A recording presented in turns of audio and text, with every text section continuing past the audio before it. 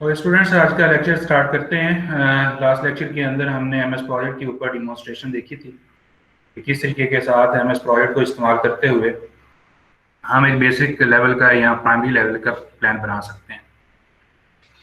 तो यहाँ तक हमारा प्रोजेक्ट मैनेजमेंट का पोर्शन जो है वो ख़त्म हो जाता है। तो अब तक जितना हमने किया है उसमें अगर कोई सवाल है तो आप पूछ सकते हैं।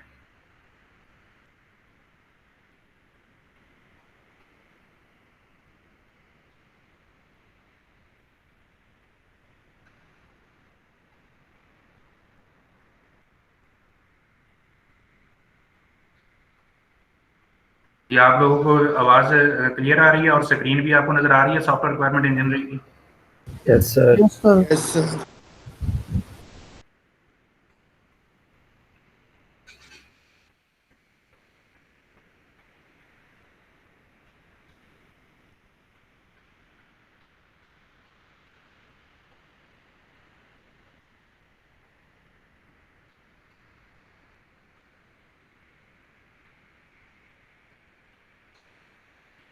ओके जी, आज का लेक्चर स्टार्ट करते हैं जी। आज जो हमारा जो पोर्शन है उसको जरा वाज़ेह तौर पे अलाइनमेंट उसकी कर लें कि अब हम कहाँ पहुँच गए हैं। एक्चुअली अगर आप यहाँ पे कैंपस के ऊपर होते और आपकी रेगुलर क्लासेस हो रही होती तो यहाँ तक जब हमने जो कर लिया है ये आपका मिड टर्म का सिलेबस कवर हो चुका है। इसके बाद आपका मिड टर्म एग्जाम होना था अगर आप रेगुलर यहाँ पे क्लासेस ले रहे हो। आज से जो हम स्टार्ट करने जा रहे हैं that is the post mid portion of your course. तो आज से जो है वो मिड के बाद का पोर्शन जो है वो स्टार्ट होने जा रहा है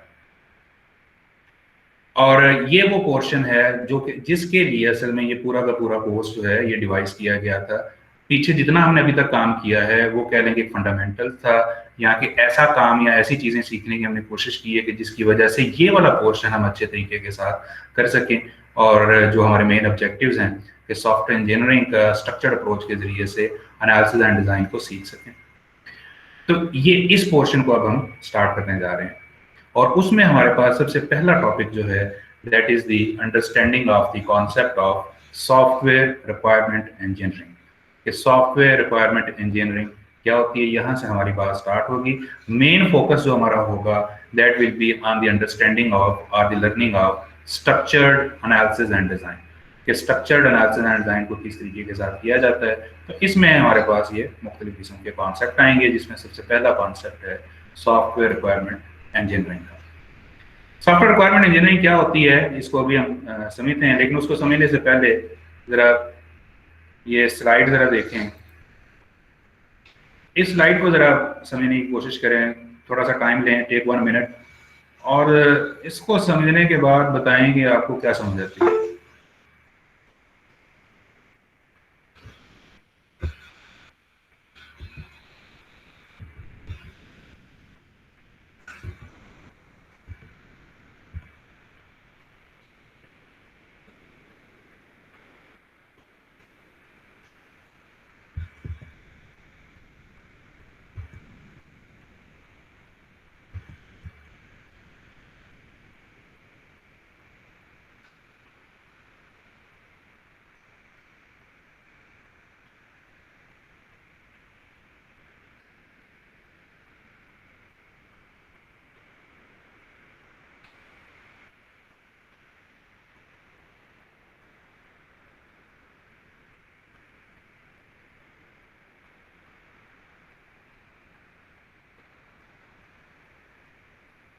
जी जनाब, इस स्लाइड को देखने के बाद, गौर करने के बाद आपको क्या समझ आती है, ये क्या बता रहे हैं? जो बताना चाहे तो माइक अपना ऑन कर ले।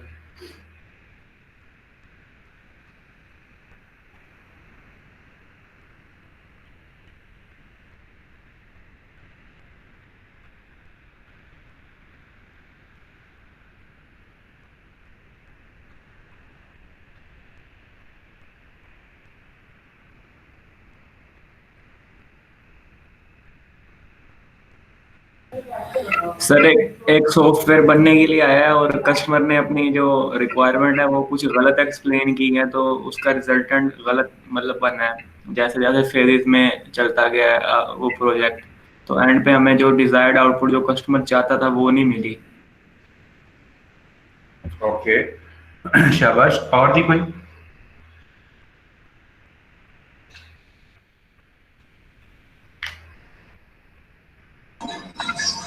सर इसमें सॉफ्टवेयर के डेवलपमेंट में जो फेजेस हैं उसको हमने पिक्चर्स से डिस्क्राइब किया है और पता यही चल रहा है कि कहीं ना कहीं जो रिक्वायरमेंट थी प्रोजेक्ट की या सॉफ्टवेयर की वो सही तरह से एक्सप्लेन नहीं हुई, जिसकी वजह से जो है एंड में हमारे पास रिजल्ट सही नहीं आया। तो मेन चीज़ यही है कि रिक्वायरमेंट क्लियर नहीं थी इसमें। ओके सर इसमें ये भी हो सकता है कि कस्टमर ने रिक्वायरमेंट सही बताई हो लेकिन जो समझने वाला है ना उसने सही नहीं समझी और उसने आगे उसी तरीके से उसका जो आउटपुट है ना वो गलत जो है वो मिलती है। शाबाश, वेरी गुड। ये एंगल भी हो सकता है। और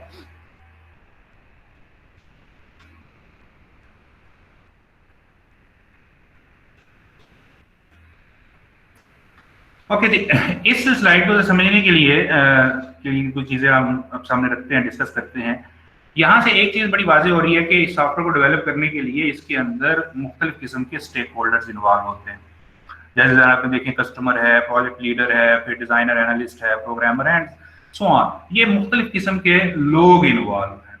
जब ये लोग इन्वॉल्व हैं तो इसका मतलब है कि हर एक पर्सन या स्टेक होल्डर की अपनी एक सोच होगी जिसके साथ वो बैठा हुआ है, काम कर रहा है, और उसके अंदर वो उसकी जो अपनी सोच है वो बाकी सारी सोचों के ऊपर हावी होती है। उसका वो जो कंसर्न होता है, जिसके लिए वो काम कर रहा होता है या जिसके लिए वो बैठा होता है, वो वाली सोच जो है वो प्रेवलेंट होती है, वो बहुत ज्यादा उसके ऊपर इन्फ्लुएंस कर रही होती है। एक जो चीज है वो यहाँ से हमें ये वाज़ेह नजर आती है। दूसरी चीज जो हमें बिल्कुल वाज़ेह तौर पर नजर आती है कि जो काम कर रहे हैं वो तो सबके लिए कॉमन है कि सारे लोग एक चीज के लिए काम कर रहे हैं, और वो क्या है कि एक प्रोडक्ट बनानी है। एक कस्टमर आया है, उसने एक चीज रखी है कि ये चीज मैं बनवाना चाह रहा हूँ और ये मैं जो बना के दें, उसके साथ वो बाकी सारे के सारे लोग इन्वॉल्व हो रहे हैं। और वो जब इन्वॉल्व हो रहे हैं तो उनकी अपनी सोच के लिहाज से वो उस चीज को उस तरह से परसीव कर रहे हैं जिस तरह वो खुद समझना चाह रहे हैं। हालांकि इस सारी की सारी चीज के अंदर देखा जाए तो सबसे इंपॉर्टेंट चीज क्या है कि जो कस्टमर चाह रहा है सारे लोग उसको समझें और उसके ऊपर कॉमनली तौर पे काम करने की कोशिश करें। लेकिन हर एक की अपनी अपनी सोच उसमें इन्वॉल्व हो रही है और वो अपने अपने लिहाज से चीजों को समझ के और उसके रिजल्ट देने की कोशिश कर रहे हैं, और उनमें उनका अपना जो इंटरेस्ट है वो सबसे ज्यादा इंपॉर्टेंट नजर आ रहा है, जिसकी वजह से अल्टीमेटली तौर पर जो चीज बनती है वो चीज नहीं है जो एक्सपेक्ट की जा रही है। तो इन दो चीजों को अगर हम सामने रखें कि हर एक की अपनी एक सोच हावी होती है, और दूसरा ये है कि हर कोई उसी सोच के लिहाज से सोचना शुरू कर देता है, और कस्टमर जो चाह रहा होता है उसको नेगेट कर दिया जाता है या वो कंप्रोमाइज हो जाता है, तो फिर इसका हल क्या है? फिर ऐसा क्या होना चाहिए कि हमारे सामने ये सारी की सारी चीज जो चाह रहे हैं हम, वो चीज बन सके या जो गोल हम अचीव करना चाह रहे हैं वो सही तौर पे हो सके। अब इतने लोग इन्वॉल्व हैं, ये सारे लोगों ने एक ही चीज के लिए काम करना है और अपने अपने डोमेन में काम करना है, तो ऐसा क्या चीज होनी चाहिए कि ये सारे लोगों के दरमियान कम्युनिकेशन गैप ना आए, अंडरस्टैंडिंग का फुकदान ना हो, सही सोच चल रही हो और सारे लोग अपना अपना काम उस चीज के लिए करें जो कि मतमय नजर है। तो उसके लिए क्या होना चाहिए? इस प्रॉब्लम का हल क्या है? ये जो प्रॉब्लम आ रही है इसका हल हम कैसे निकाल सकते हैं? जी कोई बताना चाहेगा? Sir proper documentation. जी हम जो रिक्वायरमेंट्स होगी उसको जैसे कस्टमर बता रहे हैं हम उसको उसकी मोस्ट ओरिजिनल फॉर्म में अगर डॉक्यूमेंट करके उसको फॉलो करें तो that would be really helpful. शाबाश। और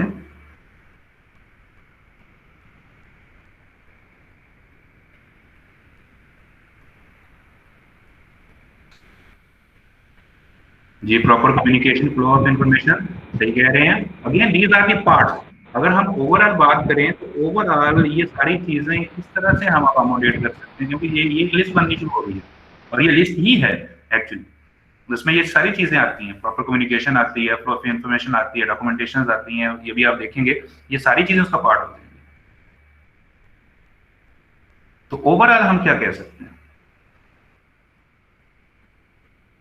सर हर फेज पे जिसका जो काम है वो उसको सही तरह परफॉर्म करे। जैसे कस्टमर आया तो उसकी जो रिक्वायरमेंट ले रहा है वो आगे उसको डिजाइन करता है, वो उसको सही तरह मतलब जिसने जो जो अपना स्टेप परफॉर्म करना है वो सही तरह उसको लीड करे। सर ये काम तो प्रोजेक्ट मैनेजर का नहीं होगा कि वो एक पाथ की तरह जो है कस्टमर और अपने कंसल्टेंट्स या एम्प्लॉयर्स के दरमियान होगा, और इस तरफ से अपने कस्टमर की रिक्वायरमेंट्स को भी देखता रहेगा और दूसरी तरफ अपने एम्प्लॉयर्स का काम भी जज करता रहेगा कि वो रिक्वायरमेंट्स के मुताबिक कर रहे हैं या नहीं। तो इस तरह से काम जो है वो पूरी तरह से होगा। बिल्कुल सही कहा आपने, शाबाश। यहाँ से ये एक चीज को आप नोट कर लीजिएगा जो इन्होंने बात की है कि ये सारी चीज के अंदर इस प्रॉब्लम को सोल्यूशन के लिए जो मेन रिस्पॉन्सिबल पर्सन है या जिसकी ये जिम्मेदारी बनती है, जिसको करना चाहिए, वो आपका टीम लीड या प्रोजेक्ट मैनेजर होगा। उसको कोई ऐसा चीज करनी पड़ेगी, कोई ऐसी टेक्निक लगानी पड़ेगी या कोई स्ट्रेटेजी बनानी पड़ेगी कि जिसके अंदर ये वाले सारे के सारे प्रॉब्लम्स ना आ सके। तो जो मेन लीड करेगा या जो मेन रिस्पॉन्सिबल पर्सन होगा ये सारे काम को करने के लिए या जिसको इनिशिएटिव लेना पड़ेगा, वो प्रोजेक्ट मैनेजर या टीम लीड होगा। ये पॉइंट यहाँ से बिल्कुल वाज़ेह तौर पे आ गया, शाबाश, वेरी गुड। और अच्छा चलें इसको हम कंटिन्यू करते हैं आगे, आप देखते हैं। यहाँ से ये चीज नजर आती है, जैसे हमने वो सीपीएम के टॉपिक को डिस्कस करते हुए कहा था कि छोटा सा काम हो ना तो उसको करने के लिए आप मैनुअली जो रॉ तरीके के साथ भी करें तो वो काम हो जाता है। लेकिन जब काम बड़ा आ जाए, कॉम्प्लेक्स आ जाए, जिसमें बहुत सारी चीजें इन्वॉल्व हो जाए, तो वहां पे जाके हमें एक प्रॉपर टेक्निक हमें चाहिए होती है, हमें प्रॉपर कॉन्सेप्ट या प्रॉपर एक पूरा मंसूबा बनाना पड़ता है, प्लान बनाना पड़ता है, बड़ा कंस्ट्रक्टिवली काम करना पड़ता है, ताकि जितना मर्जी बड़ा या कॉम्प्लेक्स काम हो तो उसको हम सही तरीके के साथ सर अंजाम दे सकें। तो यहाँ पर भी ये प्रॉब्लम देखिए कि इतने सारे लोगों के साथ है और हर बंदे की डोमेन डिफरेंट है, उसने अपने अपने डोमेन के अंदर काम करना है। तो लिहाजा हमें यहाँ पे प्रोजेक्ट मैनेजर को लीड करते हुए या टीम लीड को लीड करते हुए एक ऐसी स्ट्रेटेजी या एक ऐसा कॉन्सेप्ट डेवलप या इवॉल्व करना पड़ेगा कि जिसके अंदर ये सारे के सारे लोग अपने अपने लेवल के ऊपर कोऑर्डिनेट सही तरीके के साथ कर सकें, ये कम्युनिकेशन गैप्स ना आ सकें, अंडरस्टैंडिंग का फुकदान ना हो सके, और सारे लोग अक्रॉस द टेबल एक ही अंडरस्टैंडिंग के ऊपर अपना अपना काम करके अल्टीमेटली तौर पर गोल को अचीव कर सकें। तो उस स्ट्रेटेजी का यहाँ पे, क्योंकि यहाँ पे रिक्वायरमेंट्स हमारा मेन फोकस है, तो यहाँ पे उस टेक्निक को या उस कॉन्सेप्ट को हम क्या कहते हैं, सॉफ्टवेयर रिक्वायरमेंट इंजीनियरिंग। हमें यहाँ पे सॉफ्टवेयर रिक्वायरमेंट इंजीनियरिंग की जरूरत है, या जो जिसको लीड कौन करेगा, प्रोजेक्ट मैनेजर करेगा या टीम लीड करेगा, और वो फिर आपको ये बता रहा होगा कि किस तरीके के साथ ये सारे के सारे लोग तमाम के तमाम लेवल्स के ऊपर और अपनी अपनी डोमेन के ऊपर एक ही अंडरस्टैंडिंग के ऊपर रहेंगे और फिर अल्टीमेटली गोल को अचीव कर सकेंगे। तो इसको हम रिक्वायरमेंट इंजीनियरिंग कहते हैं। रिक्वायरमेंट इंजीनियरिंग के अगर हम इसकी डेफिनेशन को देखें तो रिक्वायरमेंट इंजीनियरिंग इज एक्चुअली ये हमारे पास कुछ ऐसी चीजों का काम है, जैसे रिक्वायरमेंट को एक्विजिशन करना, हासिल करना, उनको एनालाइज करना, इनको स्पेसिफाई करना, वैलिडेशन करना, रिक्वायरमेंट को मैनेज करना। यानी कि इसको अगर हम बिल्कुल ब्रॉड लेवल के ऊपर देखें तो असल में ये 7 चीजों का मजमूआ है जो इस वक्त आपको नजर आ रहा है। These you can say that these are the phases, are the steps, are the portion of the requirement engineering। ये रिक्वायरमेंट इंजीनियरिंग का हिस्सा है। ये 7 चीजें हैं जी, इंसेप्शन है, एलिसिटेशन है, एलेबोरेशन है, नेगोशिएशंस हैं, स्पेसिफिकेशन है, वैलिडेशन है, रिक्वायरमेंट मैनेजमेंट। ये 7 चीजें हैं। इनमें सीक्वेंस उस तरह से नहीं है जिस तरह से आप कह सके कि वन डॉक्टर के अंदर होगा, बल्कि ये चीजें इनमें अभी हम जब इसकी डिटेल्स के अंदर जाएंगे तो आप देखेंगे कि बहुत सारी चीजें अलग अलग चल रही होती हैं। तो इन चीजों को अगर हम इकट्ठा कर लिया जाए तो वो रिक्वायरमेंट इंजीनियरिंग होती है। इसकी डेफिनेशन को फिलहाल होल्ड कर लें। जब हम ये 7 चीजों को समझ लेंगे तो इसकी डेफिनेशन आप खुद भी बना सकेंगे कि रिक्वायरमेंट इंजीनियरिंग असल में होती है। तो वन बाय वन हम देखते हैं कि ये जो 7 चीजें हैं ये क्या हैं और इनका आपस में ताल्लुक क्या बनता है, और फिर हम इनको आगे आने वाले लेक्चर्स के अंदर किस तरीके के साथ देखेंगे। सबसे पहले है जनाब इसके अंदर इंसेप्शन। इंसेप्शन क्या होता है कि इंसेप्शन से मुराद होती है कि ये सबसे पहले देखा जाए कि ये जो प्रोजेक्ट आप कर रहे हैं, ये सॉफ्टवेयर बनाने जा रहे हैं, ये आया कहाँ से। अगर आपको याद हो प्रोजेक्ट मैनेजमेंट का जब शुरू के अंदर हमने पोर्शन किया था, अब स्टार्ट किया था, तो वहां पे भी हमने ये चीज डिस्कस की थी कि जब एक प्रोजेक्ट किया जाता है तो सबसे पहले ये देखा जाता है कि इसका सोर्स देखा जाए, इसका कॉन्टेक्स्ट देखा जाए कि ये है क्या, इसकी वजह तस्मीया क्या है, ये हम काम क्यों करने जा रहे हैं। वही सेम चीज यहाँ पे इंसेप्शन फेज के अंदर रिक्वायरमेंट इंजीनियरिंग के अंदर आती है कि सबसे पहले ये देखा जाए कि ये किस तरीके, ये चीज क्यों की जा रही है, ये क्यों हम करने जा रहे हैं, ताकि वो वजह सबसे पहले हमारे पास क्लियर होगी, तो फिर आगे आने वाली चीज़ों के अंदर रिक्वायरमेंट्स को समझना और उनको फिर इम्प्लीमेंट करना आसान हो जाएगा। तो इसकी ये 3 मेन चीज़ें हैं, इनको हमने ऑलरेडी डिस्कस किया है, दोबारा इसको देख लें कि सबसे पहली जो चीज़ हो सकती है, या जो सबसे ज़्यादा जो रीजन हमारे सामने आती है, दैट इज़ अ प्रॉब्लम और अपॉर्चुनिटी, जिसमें कस्टमर की रिक्वेस्ट हो सकती है कि कस्टमर खुद आके कहता है जी मेरे बिजनेस के अंदर ये चीज़ मुझे चाहिए, इसकी एप्लीकेशन बना दें। टेक्नोलॉजी चेंज की वजह हो सकती है, उसकी बिजनेस की ज़रूरत हो सकती है, तो ये मजमूई तौर पे एक प्रॉब्लम या अपॉर्चुनिटी हमारे पास बनती है जो कि रीज़न हो सकती है किसी भी एक सॉफ्टवेयर को बनने के लिए। ये एक जेनेरिक लेवल के ऊपर चीज़ होती है, जनरली तौर पे देखा जाता है, या उसकी फिजिबिलिटी को देखा जाता है कि ये चीज़ किस कॉन्टेक्स्ट के अंदर आ रही है, ये क्यों की जा रही है, ताकि वो रीज़न आपके पास वाज़ेह रहे। Second main reason market driven हो सकती है, या नीड हो सकती है, कॉम्पिटिशन हो सकता है, कंपेटिटर्स आपके पास आपके मार्केट के अंदर अवेलेबल हैं, उनको आप कम्पीट करना चाह रहे हैं, तो ये हमारे आपके पास हो सकता है। ये ज़्यादातर कमर्शियल सॉफ्टवेयर की शक्ल के अंदर हमारे पास होता है कि जिसके अंदर मार्केट शेयर को या ज़्यादा से ज़्यादा कस्टमर्स को वो अट्रैक्ट करके हम हमारे सामने सॉफ्टवेयर बनने शुरू हो जाते हैं। तीसरी रीज़न जो हो सकती है वो मैंडेटरी रिक्वायरमेंट की हो सकती है कि कोई ऐसी एनफोर्समेंट आ रही है कि जिसकी वजह से वो सॉफ्टवेयर डेवलप करना पड़ रहा है, जैसे सोशल नीड की वजह से। जैसे ये आपके सारे के सारे जितने सोशल मीडिया के अंदर सॉफ्टवेयर चल रहे हैं, फेसबुक है, ट्विटर है, इस तरह के इंस्टाग्राम वगैरह, ये सारे के सारे जो हैं ये आपके सोशल नीड की वजह से बनाए गए हैं, और एक नीड जनरेट तो बाद जगह पे की गई, बाद जगह पे ज़रूरत महसूस की गई। इसी तरह से लीगल रिक्वायरमेंट्स कुछ ऐसी आ जाती हैं कि आपको सॉफ्टवेयर बनाने पड़ते हैं, तो वो भी ज़रूरत हो सकती है। जैसे हमने बजट की एग्जांपल डिस्कस की हुई है कि बजट जब आता है तो रेट चेंज होते हैं, तो आपको सॉफ्टवेयर में चेंज करनी पड़ती है, या फिर नए बनाने पड़ सकते हैं। या फिर ये है कि लीगल रिक्वायरमेंट्स की बुनियाद के ऊपर या सिस्टम्स को ऑटोमेट करने के लिए जो कि लीगल रिक्वायरमेंट्स होती हैं उनके लिए किया जाता है। जैसे लैंड रिफॉर्म्स का आपको पटवारी सिस्टम सारा ऑटोमेट हुआ है, आपका लाइसेंस का सिस्टम हुआ है, नागरा आईडी सिस्टम को सारा किया है, पासपोर्ट सिस्टम आपकी मशीन रीडेबल बन गए हैं, तो उसके अंदर लीगल रिक्वायरमेंट्स भी इन्वॉल्व थी, जिनकी वजह से ये सारा किया गया।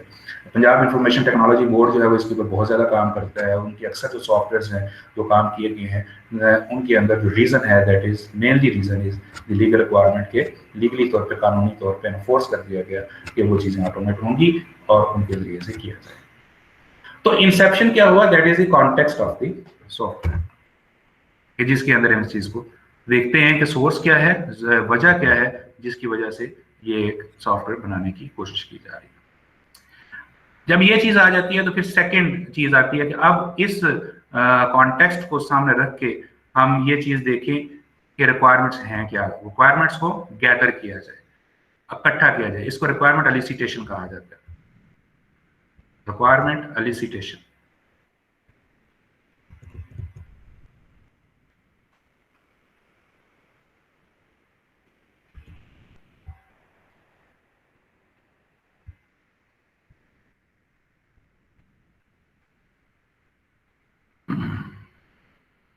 रिक्वायरमेंट एलिसिटेशन जनाब, जैसे बताया कि ये रिक्वायरमेंट एलिसिटेशन या रिक्वायरमेंट गैदरिंग या रिक्वायरमेंट कलेक्शन, ये तीनों नाम इसके आते हैं। Requirement elicitation, requirement gathering, requirement collection. अब रिक्वायरमेंट एलिसिटेशन या इन करने के लिए या रिक्वायरमेंट्स को गैदर करने के लिए आपको ज़ाहिर है कि अपने क्लाइंट के साथ, अपने यूजर्स के साथ इंटरेक्ट करना पड़ेगा। और सर जो थर्ड नाम लिया है वो दोबारा रिपीट कर दें। ये 3 नाम इसके हैं। जो रिक्वायरमेंट एलिसिटेशन आपको लिखा नजर आ रहा है, second is requirement gathering, third is requirement collection.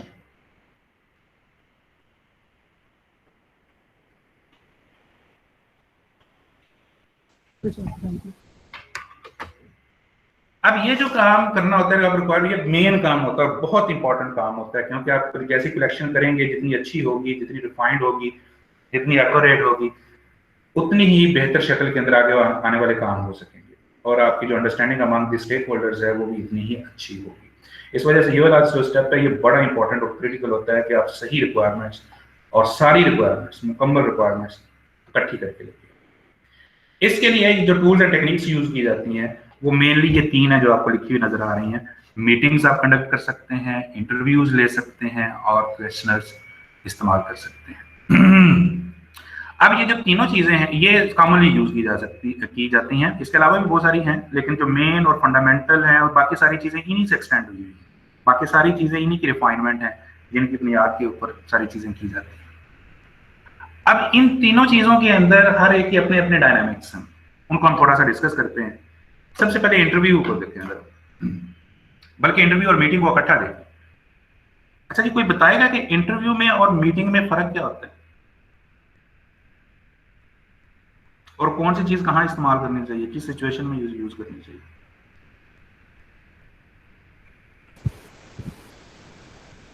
Sir meeting के अंदर बोथ साइडेड इंफॉर्मेशन आ रही होती है, जबकि इंटरव्यू में एक बंदा पूछ रहा होता है, दूसरा जस्ट उसे इंफॉर्मेशन दे रहा होता है। शाबाश, बिल्कुल यही इसमें मेन फर्क होता है। मीटिंग के अंदर जो है वो ऑल वे कम्युनिकेशन हो रही होती है। मीटिंग के अंदर यानी कि क्या लेंगे, 2 वे कम्युनिकेशन हो रही होती है। लोग डिस्कशंस भी कर रहे होते हैं, एक दूसरे के को सपोर्ट भी कर रहे होते हैं, नेगेट भी कर रहे होते हैं, डिफरेंस ऑफ ओपिनियन भी आ रहे होते हैं। लेकिन इंटरव्यू के अंदर जो चीज चल रही होती है उसके अंदर एक बंदा क्वेश्चन पूछ रहा होता है, दूसरा क्वेश्चन के आंसर दे रहा होता है। तो इनको फिर हम अपनी सिचुएशंस के लिहाज से यूज करते हैं।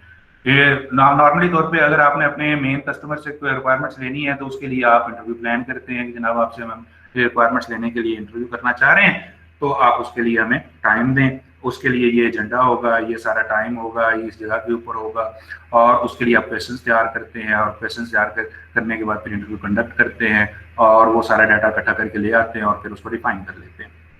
मीटिंग्स के अंदर क्या होता है कि उसके अंदर डिस्कशन पॉइंट्स चलते हैं, जैसे प्रेजेंटेशंस होती हैं या मीटिंग के अंदर लोगों को बुला लिया जाता है और एक जो है उसको प्रेजाइड कर रहा होता है या लीड कर रहा होता है, वो उनके सामने डिफरेंट पॉइंट्स रखता है, वो डिस्कशंस करते हैं और फिर उनकी बुनियाद के ऊपर कोई ना कोई एक अल्टीमेटली तौर पर चीज़ फाइनलाइज करके डॉक्यूमेंट कर ली जाती है और वो एक डिसीजन बन जाता है, यहाँ रिक्वायरमेंट्स गैदर होनी शुरू हो जाती है। लेकिन इन दोनों के अंदर जो सबसे मेन प्रॉब्लम आता है या जो चीज देखी गई है जिसके ऊपर काम करने की जरूरत होती है, जिसकी वजह से फिर वो जो शुरू के अंदर प्रॉब्लम हमने डिस्कस की है कि यार कोई बंदा अपनी सोच के ऊपर चलना शुरू हो जाता है, उसको निगेट किया जा सकता है, वो है असल में ये पॉइंट्स आप नोट कीजिएगा जो आपके सामने आएंगे कि इन दोनों के अंदर किन चीजों का ख्याल रखना चाहिए। सबसे मेन चीज है इन दोनों चीजों के ऊपर मीटिंग या इंटरव्यू के अंदर, वो है इनकी तैयारी, प्रिपेयर्डनेस, प्रिपरेशन जो होती है। इन दोनों की बकायदा प्रॉपर तरीके के साथ आपको तैयारी करनी चाहिए और करनी आनी चाहिए। बल्कि यहाँ पे इस चीज को नोट रखिए कि मीटिंग्स को कंडक्ट करना, उनको फ्रूटफुल बनाना या इंटरव्यूज को सही तरीके के साथ कंडक्ट करना, दिस इज एन आर्ट। ये एक आर्ट है, एक स्किल है। इस पे लोग अपने बाकायदा तौर पर स्किल क्रिएट करते हैं, उनकी तैयारी ट्रेनिंग करवाई जाती है, उनको मुख्तलिफ चीजें सिखाई जाती हैं और लोग खुद भी अपने तौर पे करते हैं। जैसे मेन मीटिंग या इंटरव्यू सही तौर पे लीड करने वाले लोगों की आप देखेंगे कि उनकी कम्युनिकेशन स्किल्स बड़ी आउटस्टैंडिंग होती है, उनकी जो इमोशनल इंटेलिजेंस है वो बड़ी कमाल की होती है, उनके जो रिएक्शंस होते हैं, एक्सप्रेशंस होते हैं वो बड़े कमाल के होते हैं, उनको मैनेज करना उनको आता है, वो बहुत ज्यादा पेशेंस के साथ काम करने वाले लोग होते हैं। तो ये चीजों के ऊपर उन्होंने बड़ा काम किया हुआ होता है। तो ये सारी चीजें जो हैं वो फिर हेल्प करती हैं इन मीटिंग्स या इंटरव्यू को सही तौर पे कंडक्ट करने के लिए।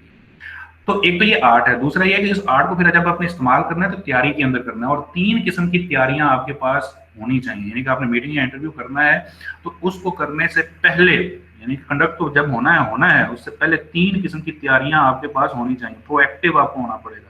वो 3 तैयारियां क्या हैं, प्रिपरेशन कौन सी हैं? एक होता है मीटिंग या इंटरव्यूज कंडक्ट करने से पहले की तैयारी, प्री इंटरव्यू और मीटिंग प्रिपरेशन।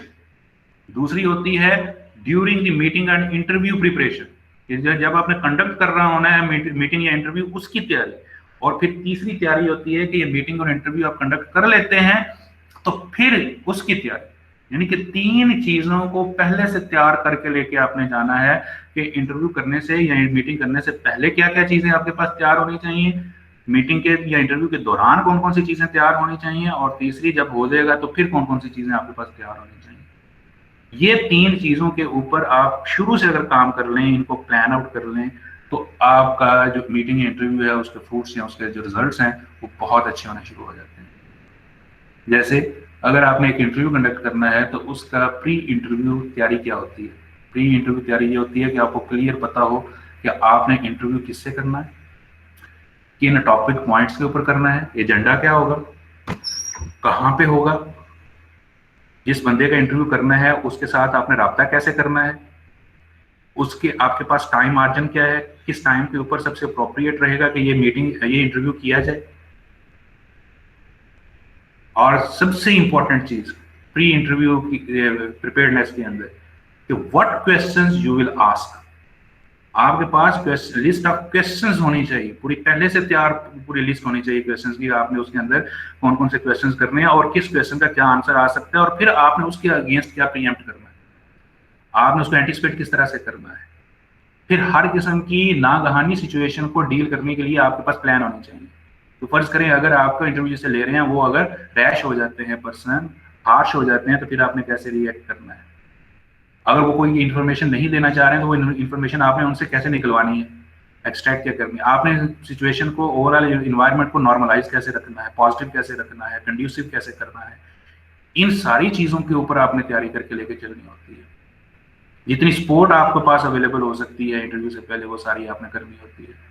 तो पूरी प्लानिंग के साथ आप चलते हैं। फिर ड्यूरिंग द इंटरव्यू आपने क्या तैयारी करनी होती है कि आप पूरी की पूरी इंटरव्यू को रिकॉर्ड कैसे करेंगे।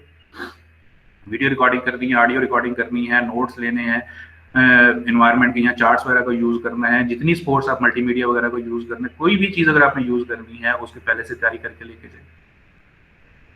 जो जहाँ पे आपने ये इंटरव्यू लेना है या करना है उसको पहले विजिट कर लें, वहाँ पे लोग को स्पोर्ट्स चाहिए उसकी अरेंजमेंट कर लें। रिकॉर्डिंग आपने करनी है, वो सारी चीज मेन चीज रिकॉर्डिंग की होती है कि आपने कौन कौन सी रिकॉर्डिंग करनी है वहाँ पे और मेंटेन करनी होती है। फिर पोस्ट इंटरव्यू या मीटिंग के आपके पास पूरी प्लानिंग होनी चाहिए कि जब वो सारा हो जाएगा तो फिर उसको आपने किस डॉक्यूमेंट के अंदर, किस फॉर्मेट के अंदर फाइनलाइज करना है और किन किन लोगों को वो पहुंचाना है, और उसकी अंडरस्टैंडेबिलिटी की डिग्री जो है वो होनी चाहिए, जो कि आपके स्टेक होल्डर्स हैं या जिनको आपने पहुंचाना है वो उन चीज़ों को समझ सकें। आपके पास वो सिचुएशंस क्लियर होनी चाहिए। मीटिंग्स के अंदर और चीज़ें एक चीज़ की आपको तैयारी करनी पड़ती है, क्योंकि मीटिंग के अंदर सबसे मेन चीज़ ये होती है कि वहाँ पे डिस्कशंस होती हैं। तो डिस्कशंस जो होती हैं वो टाइम ओरिएंटेड बन जाती है, वो टाइम कंज्यूमिंग बन जाती हैं। तो आपने टाइम को कंट्रोल करना होता है।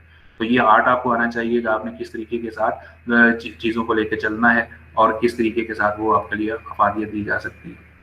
वहाँ पे जाके कह लें कि इस तरह की मीटिंग्स जो होती हैं ना, उसमें ये कॉन्सेप्ट इस्तेमाल किया जाता है कि ऐसा मॉडरेटर या लीडर सिलेक्ट किया जाता है उन मीटिंग्स को कंडक्ट करने के लिए जो कि तमाम ऑडियंस के साथ या पार्टिसिपेंट्स के साथ बड़ा कह लें फेमिलियर, या उनके साथ उसकी दोस्ती होती है या उनको जानता होता है, उनके मिजाजों को जानता है। इन सारी चीज़ों के लिहाज से वो उनके दरमियान एक ब्रिज बन जाता है, जिसकी वजह से जो अजनबियत की सिचुएशन होती है वो ख़त्म हो जाती है। इसके लिए कॉन्सेप्ट इस्तेमाल किया जाता है फास्ट का, फैसिलिटेटेड, ये नोट कीजिएगा, फैसिलिटेटेड एप्लीकेशन स्पेसिफिकेशन टेक्निक। मैं मैसेज के अंदर लिख रहा हूँ।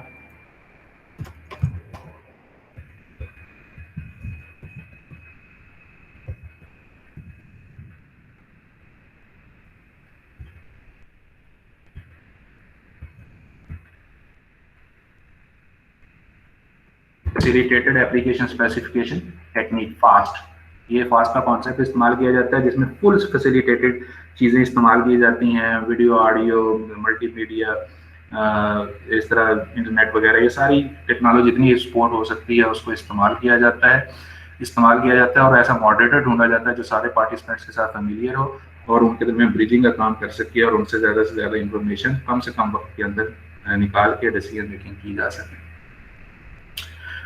तो ये इनकी तैयारी के लिहाज, ये तैयारी अगर आपकी अच्छी हो जाती है ना तो फिर उसकी कंडक्शन और बाकी सारी की सारी चीज़ें जो हैं वो आसानी के साथ हो सकती हैं। ये मीटिंग या इंटरव्यू कंडक्ट करने वाले लोगों के लिहाज से ना एक चीज़ों को देखते भी होंगे, लेकिन आप ज़रा इस एंकर के साथ ज़रा मीडिया के ऊपर या टीवी के ऊपर देखें कि ये जो आपके शाम को टॉक शोज आ रहे होते हैं, ये जो मशहूर टॉक शोज हैं, जैसे कैपिटल टॉक है अहमद मीर का, इस तरह काशिफ अब्बासी का है, इसी तरीके के साथ वासमा शिराजी का है, इस तरह के ये जो बड़े बड़े शोज हैं, इनके ये एंकर पर्सन्स को देखें कैसे इंटरव्यूज कर रहे होते हैं या किस तरह से एंकरिंग कर रहे होते हैं, चीज़ों को कैसे मैनिपुलेट कर रहे होते हैं। नईम बुखारी है, उसको जरा सुने वो किस तरह इंटरव्यू ले रहा होता है। इसी तरीके के साथ ये कासिम अली शाह है, ये इसके इंटरव्यूज बहुत सारे यूट्यूब पे पड़े हुए हैं, देखें वो इंटरव्यूज किस तरह से लेते हैं। ये मुस्तनसर हुसैन तारड़ की एक सीरीज ऑफ इंटरव्यूज की है, उसको ज़रा देखिए किस तरह से वो इंटरव्यूज लेते हैं। तो ये जो फेमिलियर हैं, इस तरह इंटरनेशनल बहुत सारे ऐसे एंकर्स हैं, उनको थोड़ा सा सुने तो आपको अंदाजा होगा कि ये इंटरव्यू लेना एक पूरा आर्ट है, स्किल है। जिनको इस्तेमाल करके कर सकते हैं। और जो इंडस्ट्री है वो ऐसे लोगों की तलाश में होती है जो अच्छे तरीके के साथ ये काम कर सकते हैं, क्योंकि ये बेस है, ये इसके अंदर सबसे अच्छा अगर आपको पर्सन मिल जाता है जो कि अच्छे मीटिंग्स और इंटरव्यूज कंडक्ट कर सकता है, तो ये आपके टाइम बचाता है और आपकी अंडरस्टैंडिंग की डिग्री को बहुत ज़्यादा हाई कर देता है, जिस वजह से वो जो प्रॉब्लम शुरू के अंदर हमने रिक्वायरमेंट अंडरस्टैंडिंग की देखी है वो कम से कम हो जाती है। अब क्वेश्चनर्स हैं, क्वेश्चनर जो होते हैं ये जैसे आप हर सेमेस्टर के अंदर एक क्वेश्चनर यूज करते हैं, ये टीचर एवेल्युएशन का वो क्वेश्चनर है, तो इसको कहाँ इस्तेमाल किया जाता है कि जहाँ पे आपके पास एक लार्ज पर्सन हों, बहुत ज़्यादा लोग हों, काउंट उनका काफ़ी ज़्यादा हो और उनसे आपने एक ही क्वेश्चन या नंबर ऑफ क्वेश्चन सेम सबके लिए हों और उनसे अपना रिस्पॉन्स लेना, यानी कि नंबर पर्सन का बहुत ज़्यादा हो, काउंट काफ़ी ज़्यादा हो और उनसे आपने सेम चीज़ की ओपिनियन ले ली, तो वहाँ पे क्वेश्चनर्स यूज किए जाते हैं। जैसे आपकी टीचर एवेल्युएशंस होती हैं, इस तरह सर्वेज होते हैं, ये सेल्स और मार्केटिंग के अंदर बहुत ज़्यादा यूज किए जाते हैं। जो अपॉर्चुनिटी अभी हम शुरू में डिस्कस कर रहे थे कि मार्केट के अंदर आप देखते हैं कि कोई अपॉर्चुनिटी है, यहाँ पे कंपेटिटर्स हैं, तो उस चीज़ को जानने के लिए क्वेश्चनर्स बहुत ज़्यादा यूज किए जाते हैं कि आप अपने इंटेंडेड कस्टमर्स के साथ पास क्वेश्चन लेके जाते हैं, उनसे फीडबैक लेते हैं और देखते हैं कि उनकी ज़रूरतें क्या हो सकती हैं और उस तरह की प्रोडक्ट बनाने की कोशिश करते हैं। तो क्वेश्चनर के अंदर सबसे बड़ा प्रॉब्लम होता है द डेवलपमेंट और मेकिंग ऑफ क्वेश्चंस, कि आपके क्वेश्चन सही रेलेवेंट होने चाहिए, टू द पॉइंट होने चाहिए, सिंपल होने चाहिए और वो फ्रूटफुल होने चाहिए, जो अल्टीमेटली तौर पे आपको एक डिसीजन पे पहुंचने का पे आपको पहुंचा सके। खास तौर पे अगर हम सॉफ्टवेयर डेवलपमेंट के लिहाज से देखें तो यूजर इंटरफेस को डिसाइड करने के लिए आप काफ़ी क्वेश्चंस बेहतर शक्ल के अंदर आपको मदद देते हैं और इसके ज़रिए से आप बड़ी आसानी के साथ देख सकते हैं कि आपके यूजर्स जो हैं वो किस तरह के इंटरफेस चाहते हैं और किस तरह के कंट्रोल्स वहाँ पे होने चाहिए। तो क्वेश्चनर इस तरह की, यानी कि दिस इज एग्जाम्पल कि आप क्वेश्चनर कहाँ पे आज इस्तेमाल कर सकते हैं। तो ये है ना रिक्वायरमेंट एलिसिटेशन कि इसके लिए आप ये टेक्निक्स यूज कर रहे होते हैं। जी, यहाँ तक कोई क्वेश्चन है तो बताएं जी।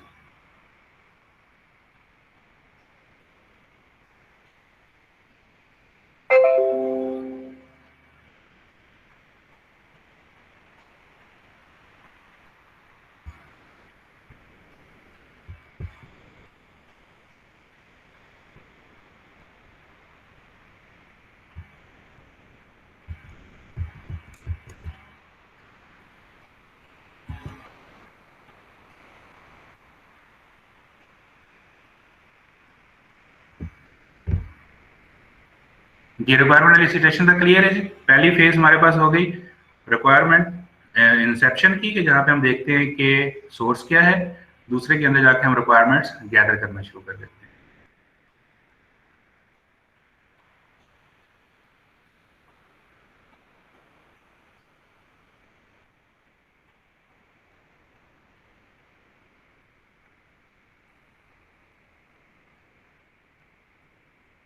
जी स्टूडेंट्स, यहां तक क्लियर है जी?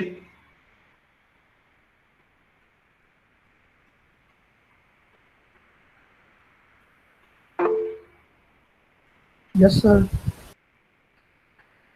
ओके जी, तीसरी चीज हमारे पास आ जाती है जी रिक्वायरमेंट एलेबोरेशन। अब हमारे पास देखिए रिक्वायरमेंट्स गैदर होके आ गई, सारी इकट्ठी कर ली हमने। अब हमने वो जो रिक्वायरमेंट्स आप गैदर करके लेके आएंगे वो आपके पास जनरल टेक्सचुअल फॉर्मेट के अंदर हो सकती हैं, रिकॉर्डिंग की शक्ल के अंदर हो सकती हैं, लेकिन हमने उसका अब आगे सॉफ्टवेयर बनाना है, उसके लिए रिक्वायरमेंट्स को फाइनलाइज करनी है, तो उसको हमने वो लैंग्वेज देनी है जिसके जरिए इसको उसका एनालिसिस किया जा सके, उसका डिजाइन किया जा सके, कोडिंग की जा सके, टेस्टिंग की जा सके। तो वो काम करने के लिए फिर हमें हमारे पास ये फेज होती है जिसको हम कहते हैं रिक्वायरमेंट एलेबोरेशन की। ये आपको याद होगा, ये शुरू के अंदर आपको बताया था कि ये हम स्ट्रक्चर्ड एनालिसिस जब हम करते हैं तो असल में ये एलेबोरेशन हो रही होती है। तो उसके लिए हम 3 किस्म के मॉडल बनाते हैं, जिसमें एक डाटा मॉडल होता है जिसमें हम डाटा की अंडरस्टैंडिंग क्रिएट करते हैं, जिसके लिए ईआरडी और डाटा डिक्शनरी बनाई जाएगी। उसके बाद फंक्शनल मॉडल को उसके बाद फंक्शनल मॉडल बनाया जाएगा जिसके अंदर हम फंक्शंस को अंडरस्टैंड करेंगे। उसके लिए डीएफटी बनाई जाएगी, प्रोसेस स्पेसिफिकेशन या मिनी स्पेसिफिकेशन ये साथ बनेंगी जो कि इसकी डॉक्यूमेंटेशंस होंगी। ये जो स्पेसिफिकेशन है ना, फिलहाल ये ध्यान में रखेंगे, ये these are the documentations for those diagrams. इनके डीएफटी की डॉक्यूमेंटेशन क्या है, प्रोसेस स्पेसिफिकेशन और मिनी स्पेसिफिकेशन। ईआरडी की डॉक्यूमेंटेशन क्या है, दैट इज डाटा डिक्शनरी। इस तरह से बिहेवियर को समझने के लिए बिहेवियर मॉडल बनाया जाएगा और उसमें स्टेट ट्रांजिशन डायग्राम बनाई जाएगी एसटीडी, और उसकी जो डॉक्यूमेंटेशन होगी that will be the control specification. और यही हमारे जो नेक्स्ट लेक्चर से हैं वो यही टॉपिक्स होंगे। वन बाय वन हम इन सारी डायग्राम्स को डिस्कस करने जा रहे होंगे। ये जो है एनालिसिस मॉडल है, ये अगर आप ये स्ट्रक्चर्ड अप्रोच के जरिए से ये वाली चीज़ें आप बनाते हैं तो ये वाली सारी की सारी चीज़ें बना लें तो हमारे पास एनालिसिस कंप्लीट हो जाएगी और एलेबोरेशन भी हो जाएगी। और यहीं से हमारा नेक्स्ट लेक्चर से होगा। नेक्स्ट लेक्चर का हमारा जो टॉपिक है दैट इज ERD। हम एंटिटी रिलेशनशिप डायग्राम सीखेंगे नेक्स्ट लेक्चर के अंदर। तो ये असल में एलेबोरेशन क्या है, that is the to give the language, technical language of analysis और modelling to the requirements gathered. जो रिक्वायरमेंट्स हमने गैदर की हैं उनको हमने टेक्निकल लैंग्वेज देनी है सो दैट कि हम आने वाले काम सही तरीके के साथ, अच्छे तरीके के साथ कर सकें। तो ये इसको हम एलेबोरेशन कह रहे होते हैं। उसके बाद जब ये हमारी एलेबोरेशन हो जाती है ना, ये काम मुकम्मल हो जाता है, तो उसके आखिर के ऊपर जाके जब ये काम मुकम्मल कर लेते हैं तो जाहिर है कि वही बात जो हम शुरू के अंदर कर रहे थे कि तमाम के तमाम स्टेक होल्डर्स को एक ही लेवल ऑफ अंडरस्टैंडिंग के ऊपर होना चाहिए। तो जब हम एनालिसिस मॉडल बना लेते हैं, सारी तीनों अंडरस्टैंडिंग क्रिएट करते हैं कि फंक्शन के लिहाज से चीज़ें क्या हैं, डाटा के लिहाज से क्या है, बिहेवियर के लिहाज से क्या है, तो ये चीज़ें हमने अपने कस्टमर को भी जाके कन्वे करनी है और उसको भी उस अंडरस्टैंडिंग के ऊपर लेके आना है जो कि होनी चाहिए।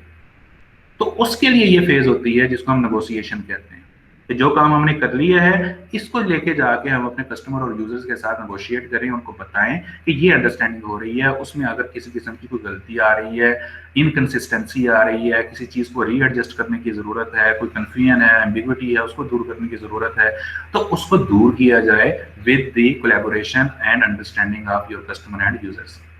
तो उसको हम ये नेगोशिएशन कहते हैं। नेगोशिएशन को हम जनरली आम ज़ुबान के अंदर मुज़ाकरात कहते हैं कि हम अपने कस्टमर के साथ मुज़ाकरात कर रहे होंगे कि ये चीज़ें हैं जी, इनको इसके तरीके के साथ हम देख रहे हैं, क्या आप इस तरह से देख रहे हैं, फिर डिस्कशंस होंगी, फिर एक ओपिनियन डेवलप होगी और उसके बाद एक कंसेंसस क्रिएट हो जाएगा कि yes these are the things which are understandable and through these things we should go in the future. तो ये नेगोशिएशंस होती हैं। अब यहाँ पे अगेन देखिए वही टेक्निक्स आपकी इस्तेमाल हो रही होंगी, आपकी मीटिंग्स हो रही होंगी, आपके इंटरव्यूज हो रहे होंगे और बाज़ बात आपके क्वेश्चंस इस्तेमाल हो रहे होंगे। तो वो वाली टेक्निक्स जो है वो साथ साथ चल रही होगी, जहाँ पे ज़रूरत होगी वो इस्तेमाल की जाएंगी। लेकिन ये नेगोशिएशन जो है इनके अंदर ये बड़ी इंपॉर्टेंट चीज़ होती है कि ये करना बहुत ज़रूरी है ताकि हम यानी कि डेवलपमेंट टीम या सॉफ्टवेयर इंजीनियर्स और जो कस्टमर और यूज़र है ख़ास तौर पे वो एक ही पेज के ऊपर आए, और उसके लिए ये नेगोशिएशन की फेज जो होती है बड़ी इंपॉर्टेंट होती है कि उन लोगों के साथ सही कोऑर्डिनेट किया जाए, सही तरीके के साथ फ्लो ऑफ इंफॉर्मेशन रखा जाए, अंडरस्टैंडिंग क्रिएट की जाए और जो एम्बिग्विटी आती हैं उनको दूर किया जाए। और इसके अंदर हत्ता कि हम यहाँ तक चले जाते हैं, जैसे हमने प्रोटोटाइपिंग मॉडल को इस्तेमाल किया, यूज़ किया था, डिस्कस किया था कि यहाँ पे जाके हम प्रोटोटाइप्स भी बनाने की ज़रूरत पड़ती है, तो हम बना लेते हैं ताकि कस्टमर उस पर ज़्यादा से ज़्यादा फीडबैक दे और उसकी अंडरस्टैंडिंग क्रिएट हो कि हम ये चीज़ करने जा रहे हैं। एक चीज़ ये भी लिखिएगा यहाँ पे, ये पॉइंट नोट कीजिएगा, कभी भी ये चीज़ एक्सपेक्ट ना करें कि कस्टमर को सारा पता है, यानी कि उसको अपनी रिक्वायरमेंट्स का सारा पता है, कभी इस चीज़ की तो ना रखें। कस्टमर जनरली आपको बताता है कि ये चीज़ें मैं बनवाना चाह रहा हूँ, आपने खुद से ये जो रिक्वायरमेंट गैदरिंग है और उसके बाद एलेबोरेशन की फेज है, ये वाली चीज़ें करके आपने कस्टमर के साथ नेगोशिएट करके उनको बताना होता है कि जनाब अली ये रिक्वायरमेंट्स हमें नज़र आ रही हैं, हम इनको इस तरह से समझ रहे हैं, आप बताएं कि आपकी भी यही ओपिनियन है, आप भी इस तरह से समझते हैं। खास तौर पे जो नॉन फंक्शनल रिक्वायरमेंट्स होती हैं, नॉन फंक्शनल रिक्वायरमेंट्स का तो कभी भी ये चीज़ ध्यान में ना रखें कि आपके कस्टमर को पता होंगे, ये आपने आइडेंटिफाई करनी है, आपने समझना है और फिर आपने नेगोशिएट करना है अपने कस्टमर के साथ और फाइनलाइज करना है कि कौन सी नॉन फंक्शनल रिक्वायरमेंट होगी और कितनी होगी। कौन सी होगी वो नॉर्मली आइडेंटिफाई करना आसान होता है, लेकिन कितनी होनी चाहिए उस पर्टिकुलर सिस्टम के लिए जिसके लिए आप बनाने जा रहे हैं, ये आपने डिसाइड करना होता है। और यही सबसे बड़ा फैक्टर और सबसे अच्छे सॉफ्टवेयर इंजीनियर्स की यही निशानी होती है कि वो सही degree of non functional requirements identify कर पाते हैं और कन्वे कर सकते हैं। तो ये चीज़ों को फिर कन्वे करना है आपने कस्टमर को पास, उसकी अंडरस्टैंडिंग क्रिएट करनी है ताकि उसको क्लियर हो कि मेरे पास जो चीज़ आएगी वो किस तरह की होगी और वो मेरे लिए ज़्यादा अफादियत की कौन सी हो सकती है। तो ये नेगोशिएशन की फेज चले, और ये देखें ये पैरेलल चल रही होती है, इसका कोई सीक्वेंस नहीं होता, किसी जगह पर भी आपको इसकी ज़रूरत पड़ सकती है चीज़ें क्लियर करने के लिए, कन्वे करने के लिए, देखने के लिए। So this is the negotiation.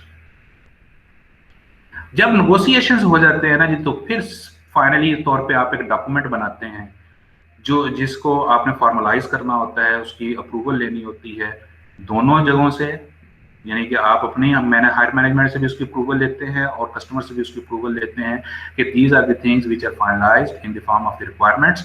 और उसकी शक्ल कुछ भी हो सकती है, वो डॉक्यूमेंट की शक्ल में हो सकता है, जैसे हमें लिखा हुआ आपको नजर आ रहा है, ग्राफिकल मॉडल हो सकता है, फॉर्मल मैथमेटिकल मॉडल हो सकता है, collection of user scenario, prototype, ये किसी भी शक्ल में नॉर्मली तौर पर रिटर्न डॉक्यूमेंट होता है, क्योंकि आपका जो कस्टमर है वो टेक्निकल नहीं होता नॉर्मली तौर पे, तो आप ऐसी लैंग्वेज रखते हैं या ऐसा फॉर्मेट रखते हैं जो कि उसके लिए अंडरस्टैंडेबल हो और वो रिकॉर्ड के अंदर सही तौर पे रखा जा सके और देखा जा सके, इस्तेमाल किया जा सके।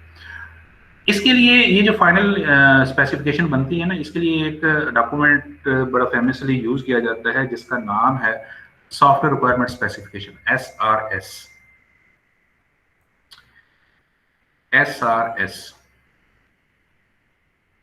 Software requirement specification.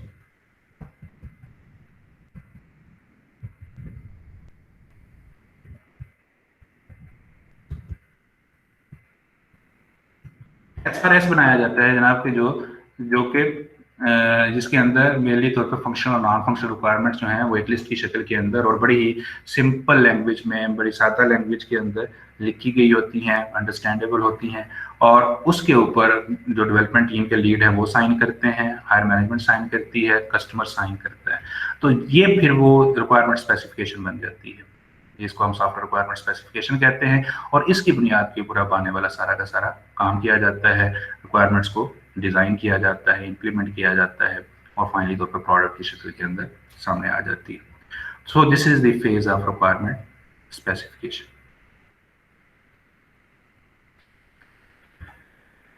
उसके बाद है जी रिक्वायरमेंट्स बननी शुरू हो जाती हैं। जैसे जैसे रिक्वायरमेंट बन के सामने आनी शुरू होती हैं तो फिर हमने उनको वैलिडेट करना होता है। वैलिडेट का मतलब ये समझ लें कि उनकी टेस्टिंग है। हमने वो जो स्पेसिफिकेशन आपके हमारे सामने आई हुई होती है उनके लिहाज से अब चेक करना है कि वो रिक्वायरमेंट्स उसी तरह से बन के हमारे सामने आ गई हैं जो कि जिस तरह से एक्सपेक्ट की जा रही है, जिस तरह से SRS के अंदर लिखी हुई थी, जिस तरह कस्टमर समझ रहा था, जिस तरह आप समझ रहे थे।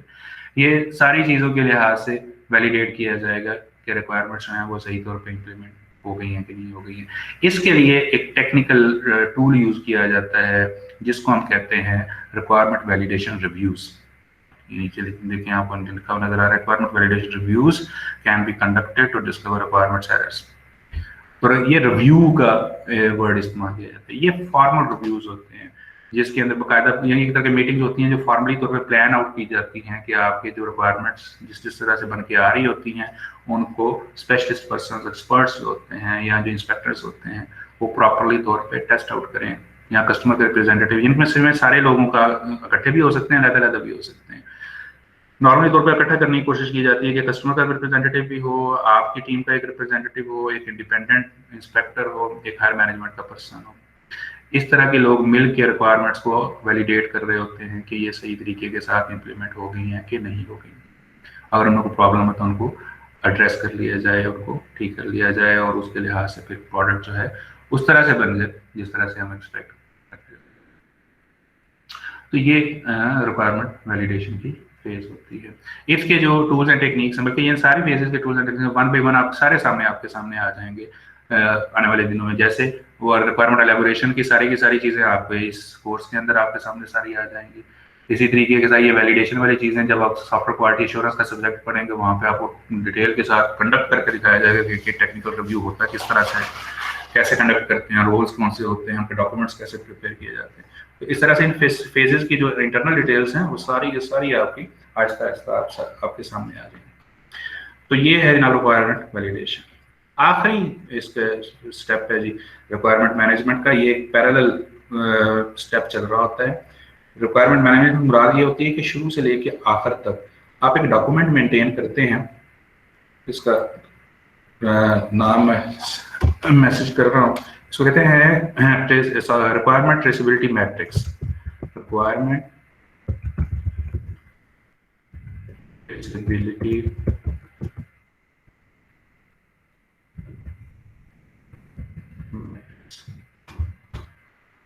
Traceability matrix.